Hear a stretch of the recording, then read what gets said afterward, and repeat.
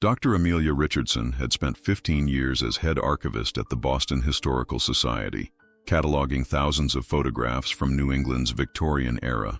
But on this particular October morning, as she sorted through a recently donated collection from the Pemberton family estate, one photograph made her pause mid-task.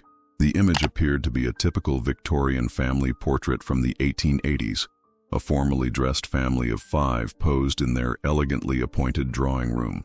The father, distinguished with graying temples, stood behind a burgundy velvet chair where his wife sat in an elaborate black silk dress. 3 children, ranging from perhaps 8 to 16 years old, were arranged around their parents with the rigid formality typical of the era. The setting was quintessentially Victorian: heavy mahogany furniture, ornate wallpaper, and elaborate window treatments that spoke of considerable wealth. Behind the family hung floor-to-ceiling burgundy velvet curtains, richly decorated with gold tassels and intricate brocade trim. Everything about the photograph suggested the prosperity and respectability that Victorian families were eager to display. What caught Dr. Richardson's attention wasn't what was in the photograph, but rather a subtle anomaly in the background. The heavy curtains that dominated the left side of the image seemed to have an irregular shadow pattern that didn't quite match the lighting in the rest of the room. It was barely perceptible, the kind of detail that would escape casual observation, but nagged at someone with her trained eye for photographic analysis. She turned the photograph over, finding only a brief notation in faded brown ink: Pemberton family, Christmas 1883, Beacon Hill residence. The Pemberton name was familiar to her. They had been one of Boston's most prominent shipping families during the 19th century, with extensive business interests and social connections throughout New England. Dr. Richardson set the photograph aside for more detailed examination later. Something about those curtains and their peculiar shadows suggested there might be more to this seemingly ordinary family portrait than initially appeared. In her experience, Victorian photographers were meticulous about lighting and composition. Anomalies like this usually had explanations that revealed interesting stories about the people and circumstances involved. Using the Historical Society's high-resolution scanner, Dr. Richardson digitized the Pemberton family photograph at maximum quality.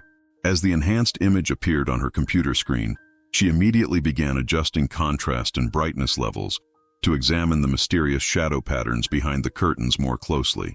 What she discovered made her lean back in her chair with surprise. The irregular shadows weren't caused by fabric folds or lighting variations. They were the outline of a human figure concealed behind the heavy velvet drapery. Someone had been hiding behind those curtains when the family portrait was taken, and the photograph's long exposure time had captured their presence as subtle variations in shadow and light. Dr. Richardson enhanced the image further, using specialized software designed for historical photograph restoration. The hidden figure became more distinct, clearly a person of medium height, wearing what appeared to be period-appropriate clothing. Most intriguingly, the figure seemed to be positioned to observe the family portrait session while remaining completely concealed from the photographer's view. The technical aspects of Victorian photography made this discovery even more remarkable. Exposure times in the 1880s were often several minutes long, requiring subjects to remain perfectly still. For someone to hide behind curtains for that entire duration without being detected by the family or photographer suggested deliberate planning and considerable skill. Dr. Richardson printed several enhanced versions of the photograph, each highlighting different aspects of the concealed figure. In one version, she could make out what appeared to be a hand partially visible at the edge of the curtain. Another enhancement revealed the outline of a head and shoulders, positioned at an angle that would have allowed the hidden person to observe everything happening in the room. The implications were fascinating and troubling. Victorian family portraits were formal, expensive affairs that represented the family's public image and social status. For someone to be secretly present during such an important occasion suggested either a family member who was deliberately excluded from the formal portrait, or possibly an outsider who had gained unauthorized access to this private family moment. Dr. Richardson realized she needed to research the Pemberton family history extensively. The identity of the person behind the curtains might reveal secrets that the family had tried to keep hidden for over 140 years. Dr. Richardson spent the following day in the Boston Public Library's genealogy section, researching the Pemberton family's history during the 1880s. What she found painted a picture of one of Boston's most successful and socially prominent families, but also revealed hints of the kind of complexities and tensions that might explain a hidden observer at their family portrait. Cornelius Pemberton had built his fortune in the shipping trade, with vessels carrying cargo between Boston, New York, and various European ports. By 1883, he owned one of the largest merchant fleets on the eastern seaboard and had invested heavily in Boston real estate and manufacturing. His wife, Margaret, came from an equally prestigious family and was known for her charitable work and social entertaining. Their 3 children, Cornelius Jr., 16, Elizabeth, 13, and young William, 8, had been educated at the finest private institutions and were being groomed for lives of privilege and social responsibility. On the surface, the Pembertons represented everything that Victorian society valued: prosperity, respectability, and adherence to proper social conventions. But as Dr. Richardson dug deeper, she found evidence of family complications that rarely appeared in official records. A genealogical researcher's notes from the 1960s mentioned rumors of an unacknowledged Pemberton family member, though no details were provided. More intriguingly, she found a reference in a social historian's thesis about Boston's elite families that mentioned persistent whispers about the Pembertons' hidden shame. The breakthrough came when Dr. Richardson discovered a collection of letters preserved in the Massachusetts Historical Society archives. The correspondence between Margaret Pemberton and her sister in Philadelphia included several cryptic references to a difficult situation that the family was managing during 1883. In one letter dated November 1883, just weeks before the Christmas photograph was taken, Margaret wrote, "The situation with A continues to be a source of great anxiety. Cornelius believes we must maintain appearances at all costs, but I fear our deception grows more difficult each day. The children ask questions we cannot answer, and I worry constantly about discovery." The letter was signed with a postscript that made Dr. Richardson's pulse quicken. "We have arranged for the Christmas portrait as planned. Cornelius insists that nothing must appear out of the ordinary, regardless of the circumstances." The timing was perfect. A family crisis involving someone identified only as A, occurring just before the formal portrait was taken, with specific concern about maintaining appearances and preventing discovery of some kind of deception. Further research into the Pemberton family structure revealed the identity of the mysterious A mentioned in Margaret's letters. Birth records showed that Cornelius and Margaret Pemberton had actually had 4 children, not 3 as shown in the 1883 portrait. Their eldest daughter, Adelaide, had been born in 1865, making her 18 years old when the photograph was taken. Adelaide Pemberton's absence from the family portrait became even more puzzling when Dr. Richardson discovered that she had been living in the Beacon Hill house throughout 1883, according to city directory listings and household staff records. She hadn't died, moved away, or married. She had simply been excluded from the formal family documentation. The explanation emerged from a collection of medical records preserved in the archives of Boston's McLean Hospital, one of the nation's first psychiatric institutions. Adelaide Pemberton had been diagnosed with what Victorian medicine termed nervous exhaustion and hysteria, conditions that modern medicine would likely recognize as severe depression or bipolar disorder. But Adelaide's case was complicated by the social stigma surrounding mental illness in the 1880s. For wealthy families, having a mentally ill family member was a source of profound shame that could damage their social standing and business relationships. The common solution was to hide the affected person from public view, either through institutionalization or by keeping them confined within the family home. Dr. Richardson found evidence that the Pemberton family had chosen the latter approach. Medical consultation notes from Dr. Ephraim Morrison, a prominent Boston physician who specialized in nervous disorders, indicated that Adelaide was being treated at home under his supervision. The treatment involved what he termed therapeutic isolation, essentially confining her to specific areas of the house where she couldn't be seen by visitors or the general public. Adelaide's medical file contained a particularly revealing note from Dr. Morrison dated December 1883.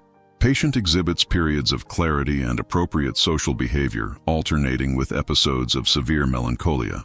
Family has requested that patient be prevented from participating in formal social occasions, as her condition might be perceived as contagious or hereditary by their social circle. The Christmas family portrait had been one of these formal social occasions from which Adelaide was excluded. But rather than being locked away in an upstairs room, She had apparently hidden behind the curtains to observe her family's attempt to present a picture of normalcy that deliberately erased her existence. Dr. Richardson's research into Victorian-era mental health treatment revealed the horrifying reality of Adelaide Pemberton's situation. In the 1880s, wealthy families dealing with mental illness faced a cruel dilemma: institutionalization in facilities that were often little better than prisons, or home confinement that could be equally isolating and traumatic. The Pembertons had chosen to keep Adelaide at home, but under conditions that amounted to imprisonment. Dr. Morrison's treatment notes described a regime of therapeutic restraint that included limiting Adelaide's movement to specific rooms, controlling her diet to avoid stimulating foods that might trigger episodes, and preventing any contact with people outside the immediate family. More disturbing were the social restrictions imposed on Adelaide. She was forbidden from appearing at windows where neighbors might see her, prohibited from receiving mail or visitors, and excluded from all family gatherings that included outsiders. The Christmas portrait session would have been exactly the kind of occasion where her presence was considered unacceptable. Dr. Richardson found heartbreaking evidence of Adelaide's awareness of her situation in a diary that had been preserved among Dr. Morrison's papers. The physician had apparently encouraged Adelaide to write as part of her therapy, but her entries revealed the psychological toll of her isolation. December 15, 1883. Mother speaks to me kindly when we are alone, but when visitors come, I must disappear as if I never existed. Father looks through me as though I am already a ghost. My brothers and sister have learned not to mention my name when others are present. I begin to wonder if I am truly mad, or if this treatment has made me so. Another entry, dated December 20th, 1883, just days before the family portrait, was even more poignant. They are arranging for the photographer tomorrow. I heard Mother instructing the servants to ensure that my rooms are secured, and that I understand I must remain completely silent. I wish only to see my family once more as we used to be, before I became their secret shame. Adelaide's diary revealed that she had planned her concealment behind the curtains in advance, seeing it as her only opportunity to be present, even if hidden, during a significant family moment. Her entries showed remarkable clarity and intelligence, contradicting the Victorian medical establishment's assessment of her as mentally incapacitated. The most devastating discovery was a letter from Adelaide to her younger sister Elizabeth, written but never sent, in which she pleaded, "I am not the monster they believe me to be. My sadness comes and goes, but my love for our family remains constant. I pray that someday you will remember me not as a source of shame, but as your sister who watched over you even when you could not see me." Dr. Richardson's investigation led her to a private collection of Pemberton family letters that had been donated to Harvard University's archives in the 1950s. These intimate family communications revealed the emotional toll that Adelaide's condition had taken on everyone in the household, and the lengths to which they had gone to maintain their public facade. Cornelius Pemberton's business correspondence included several references to his fear that Adelaide's condition might become known to his associates. In a letter to his business partner dated January 1884, just weeks after the Christmas portrait, he wrote, "The family situation continues to require the utmost discretion. Any public awareness of our difficulties could damage not only our social standing, but our commercial relationships. Several of our European clients have expressed concerns about doing business with families that carry tainted bloodlines. The Victorian belief that mental illness was hereditary and potentially contagious had made the Pemberton situation even more precarious." Margaret's letters to her sister revealed the constant anxiety this created. "I live in terror that someone will discover Adelaide's condition." The whispers would destroy not only her prospects, but those of Elizabeth and William as well, who would marry into a family known to carry madness. More heartbreaking were the letters between the Pemberton children themselves. Elizabeth, then 13, had written to her boarding school friend about the sadness in our house that we are forbidden to discuss. Young William's letters to his grandparents contained careful omissions and half-truths about family life that had obviously been coached by his parents. But the most revealing correspondence was between Margaret Pemberton and Dr. Morrison. Their letters showed a woman torn between maternal love and social pressure, struggling with the moral implications of keeping her daughter hidden while trying to protect her other children's futures. In one particularly anguished letter, Margaret wrote, "Adelaide was once the brightest of our children, with such promise and intelligence. It breaks my heart to see her reduced to hiding in the shadows of her own home. Yet I cannot risk the destruction of our entire family by allowing her condition to become public knowledge. Dr. Morrison's responses revealed a physician who was increasingly uncomfortable with the family's approach. By 1884, his letters began suggesting that Adelaide might benefit from more social interaction and less restriction, but these recommendations were consistently rejected by Cornelius Pemberton. The final letter in the collection, from Margaret to her sister in 1885, contained a devastating revelation. Adelaide's condition has worsened significantly since the Christmas of 1883. Dr. Morrison believes that the isolation we imposed to protect the family may have contributed to her decline. I fear we have sacrificed our eldest daughter to preserve our reputation, and I am no longer certain the price was worth paying.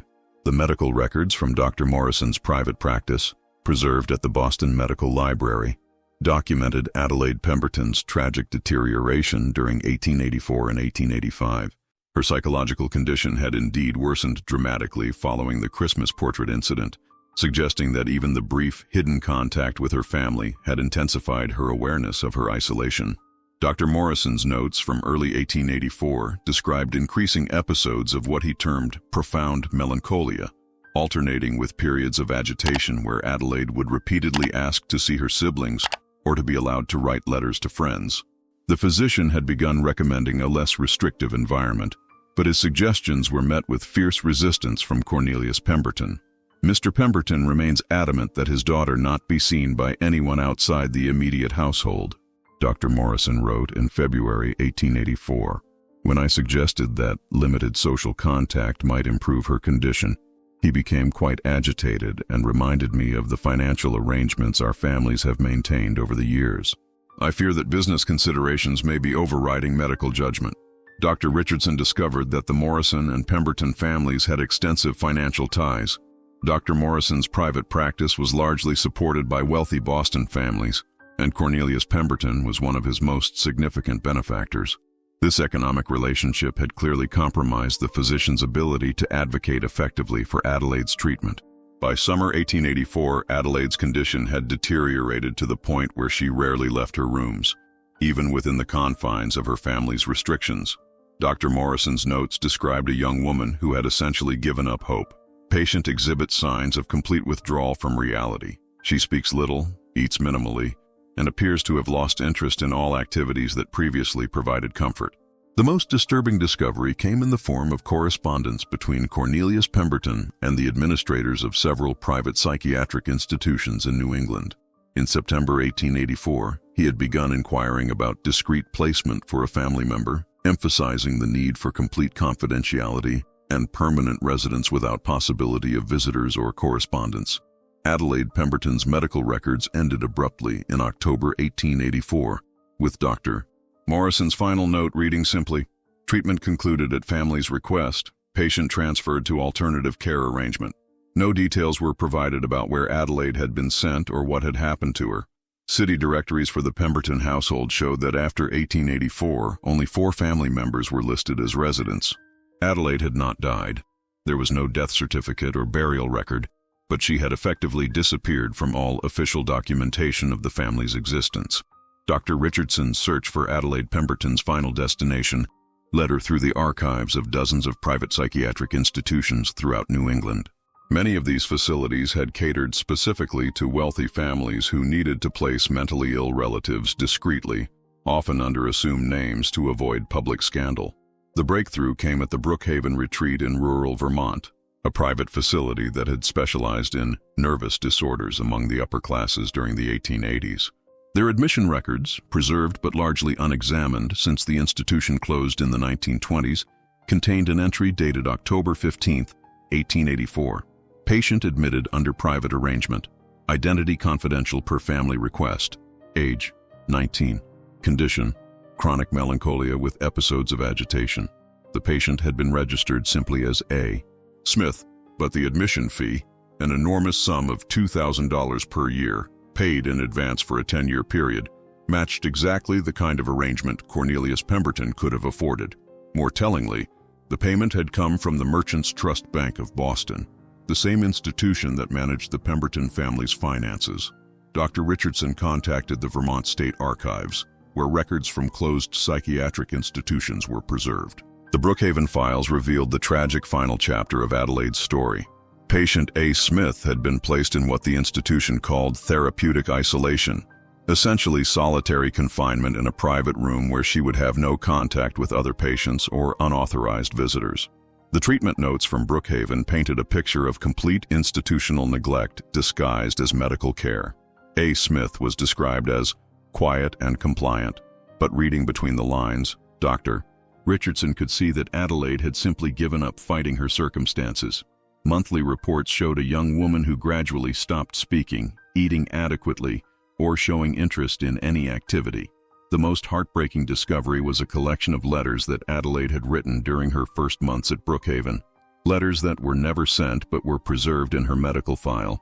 In one, addressed to her sister Elizabeth, she wrote, "I dream each night that I am back home, hidden behind the curtains but still able to see our family together.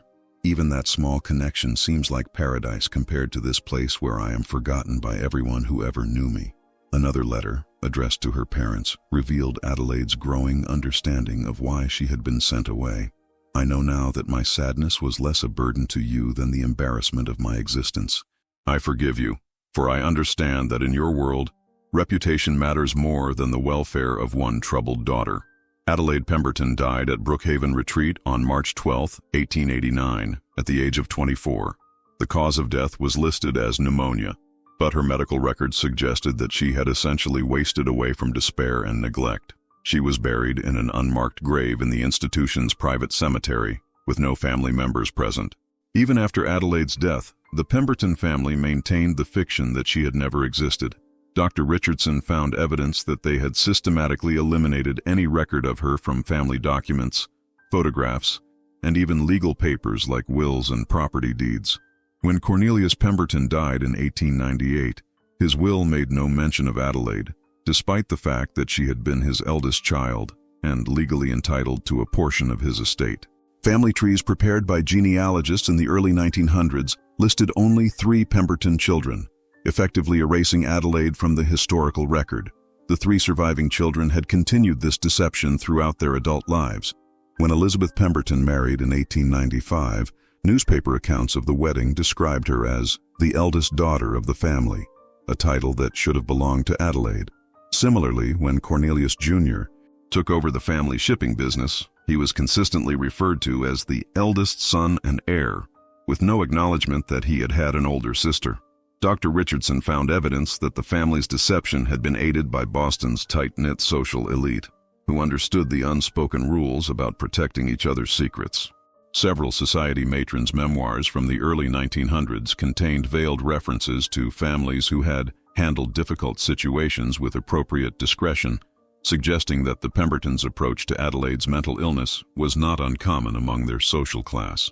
The most chilling discovery was a letter from Margaret Pemberton to her surviving daughter Elizabeth, written in 1895, just before Elizabeth's wedding. In it, Margaret explicitly instructed her daughter never to speak about Adelaide. "Your sister's unfortunate condition must remain buried with her. Your children must never know they had an aunt whose mind was touched by madness. Promise me that you will carry this secret to your grave, for the sake of your own family's future." Elizabeth had apparently honored this promise. Her own children, born in the 1890s and early 1900s, grew up with no knowledge of Adelaide's existence. When Elizabeth died in 1943, her obituary listed her as the daughter of Cornelius and Margaret Pemberton, with no mention of any siblings other than her 2 brothers. The 1883 Christmas photograph had accidentally preserved evidence of a young woman whose own family had tried to erase her from history. Adelaide's hidden presence behind the curtain represented not just her exclusion from the family portrait, but her systematic elimination from the family's official narrative, a deception that had lasted for over 140 years. Dr. Richardson's discovery of Adelaide Pemberton's story sparked a complex mix of emotions: anger at the injustice Adelaide had suffered, sadness for a life cut tragically short, and determination to ensure that her existence would finally be acknowledged and honored. Working with genealogists, mental health historians, and the Boston Historical Society, Dr. Richardson organized a comprehensive exhibition titled Behind the Curtain: The Hidden History of Adelaide Pemberton and Victorian Mental Health. The centerpiece was the enhanced 1883 family photograph, with detailed explanations of how Adelaide's concealed presence had been discovered and what it revealed about the treatment of mental illness in wealthy 19th-century families.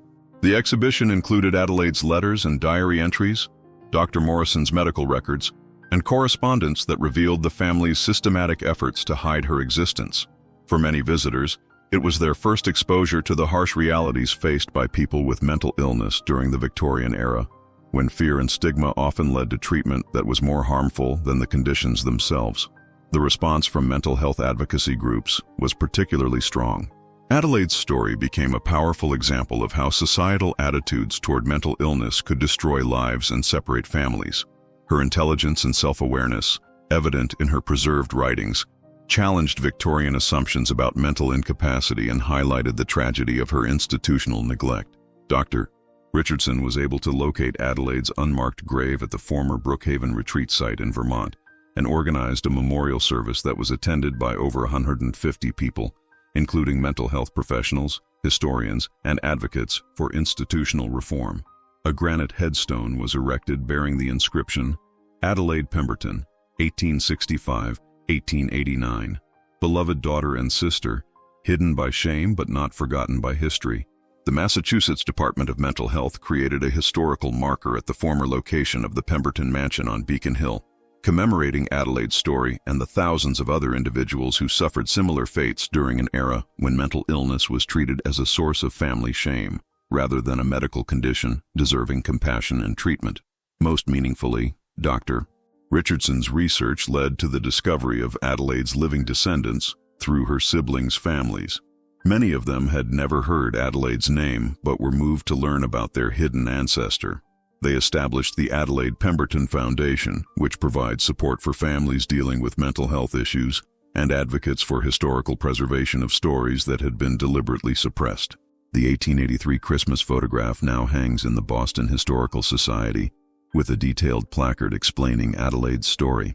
Visitors often comment on the poignancy of knowing that behind those heavy curtains was a young woman desperately trying to maintain some connection with the family that had been forced to deny her existence. Adelaide Pemberton, hidden for 140 years behind Victorian society's curtain of shame and stigma, had finally stepped into the light where her story could be told, her intelligence recognized, and her tragic fate acknowledged as a reminder of the human cost of prejudice and fear.